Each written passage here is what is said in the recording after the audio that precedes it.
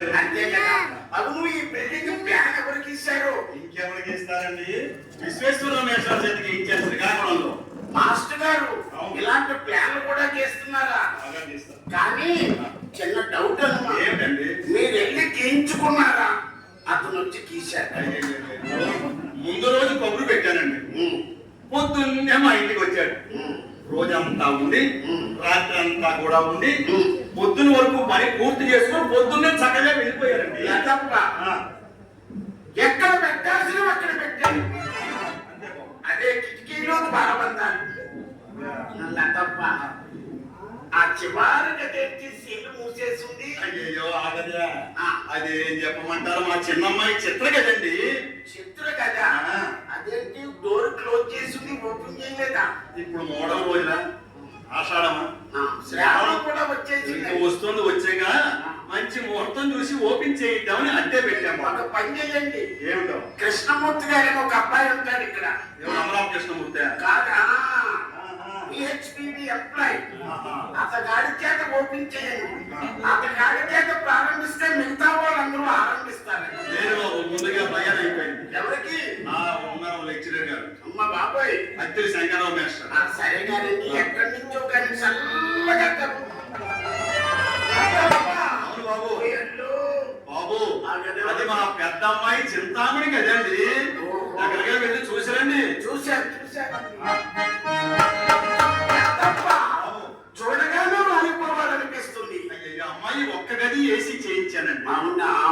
ఉండాలి గాని ఊరంతా చేయించుకుంటాను. మీ దయ ఉంటే ఇల్లు మొత్తం ఏసీ చేయిస్తాను. అంతే లతప్ప. ఆగండి, ఎక్కడో ఎలక సచ్చిన వాసన వస్తుంది. ఈ మధ్య గది ఎవరిది? ఆ గది నీకెందుకు రండి? ఏమండి, అన్ని గదుల గురించి చెప్పారు. ఆ గది గురించి చెప్పడానికి మీకు వచ్చిన నష్టమైంది. పెద్ద అమ్మాయి గది చూపెట్టాను. అవును. చిన్న అమ్మాయి గది గురించి చెప్పాను. అవును. ఆ మధ్య గది ఎవరిదైతే మీకెందుకు? అయ్యో, తెలుసుకోవడంలో తప్పే ఉందండి. ఏమిటి అవసరం అంటారు? చెప్పండి, పర్వాలేదు. ఇదంతా ఏమి సిగ్గే?